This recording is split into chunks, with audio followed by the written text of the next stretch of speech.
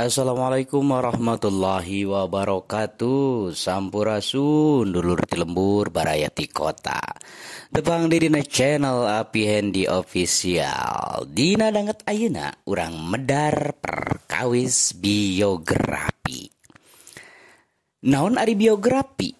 Biografi teh nyaeta tulisan atawa lalakon kahirupan pribadi hiji jalma. Bisa sagemblengna ti mimiti lahir nepi ka maotna.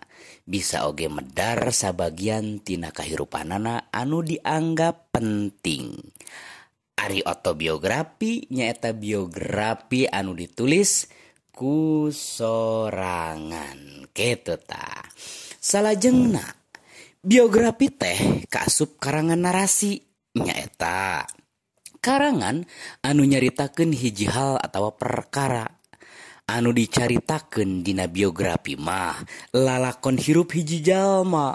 Saenyana sing saha wae oge lalakon kahirupanana bisa dijadikeun biografi. Ngan umumna anu sok dijieun biografina teh jalma-jalma nu dianggap tokoh atanapi inohong pahlawan anu sukses dina widangna. Kitu tah. Salajengna urang medar perkawis struktur biografi. Nu kahiji aya orientasi. Naon ari orientasi teh? Nyaeta mangrupa bagian nalika ngajentrekeun atanapi ngawanohkeun palaku tokoh atanapi inohong eusina mangrupa gambaran awal ngeunaan tokoh nu baris dicaritakeun dina eta biografi. Tah, nu kadua nyaeta peristiwa atanapi kajadian rejeung masalah. Bagian ieu mah mangrupa bagian anu eusina kajadian-kajadian anu kungsi kaalaman. Kaasup di jerona ngawengku ngeunaan masalah nu kungsi di sing hareupan dina ngahontal tujuan sarta cita-citana. Hal-hal anu sifatna pikaresepeun, pikabungaheun, pikagumbiraeun anu kungsi dialaman ku tokoh dicaritakeun dina ieu bagian. Kitu tah. Salajengna aya reorientasi. Mangrupa bagian panutup ari reorientasi teh.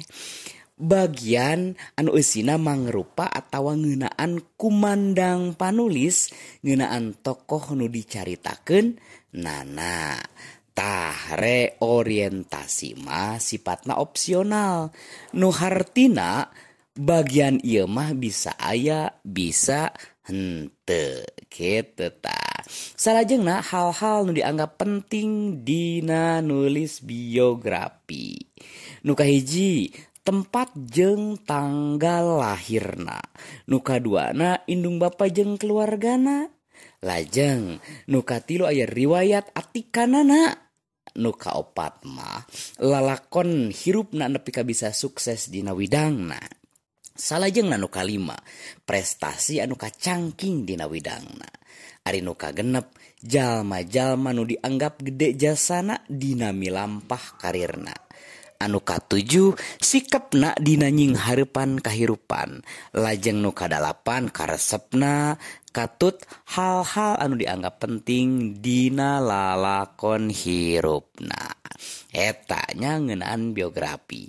Anu salajengna dina nulis biografi manu kahiji teh tanggal jeung tempat urang atanapi hidup dilahirkeun. Indung bapa jeung keluarga hidup. Riwayat sakola hidup. Prestasi hidup di sakola atanapi dina widang sejen. Terus pangaresep hidup jalma-jalma anu gede pangaruhna kana kahirupan hidup. Bisa oge diwuwuhan ku cita-cita sikap hidup dina nyang hareupan kahirupan sarta hal-hal nu dianggap penting dina kahirupan hidup. Tah, jadi salah sahiji anu ngabedakeun biografi jeung autobiografi teh dina palebah gaya nyaritakeunana kitu tah. Upama biografi mah ngagunakeun gaya jalma kadua anu sok disebut gaya manehna.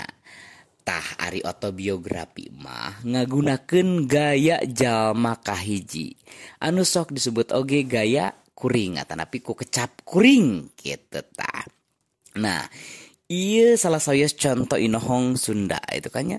Nu kahiji aya Asep Sunandar Sunaria nya inohong dina bidang wayang golek. Aya Kang Ibing dina bidang sandiwara, film, bodor gitu kan nya. Malihan anjeunna mah osok ceramah oge. Lajeng aya Raden Ajeng Dewi Sartika itu kan nya. Atikan nya dina bidang atikan atrapi kabinangkitan istri.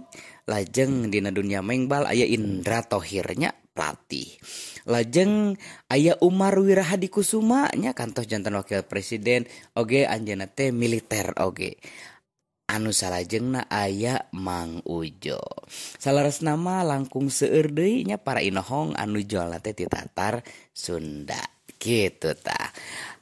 Hadirin anu sami-sami masih ngabandungan channel Api Hendy Official. Ari sono manataku nanging urang teh kapatok kuaktos. Tepang di dina pedaran-pedaran salajengna. Tong hilap, like, comment, and subscribe. Cag ah.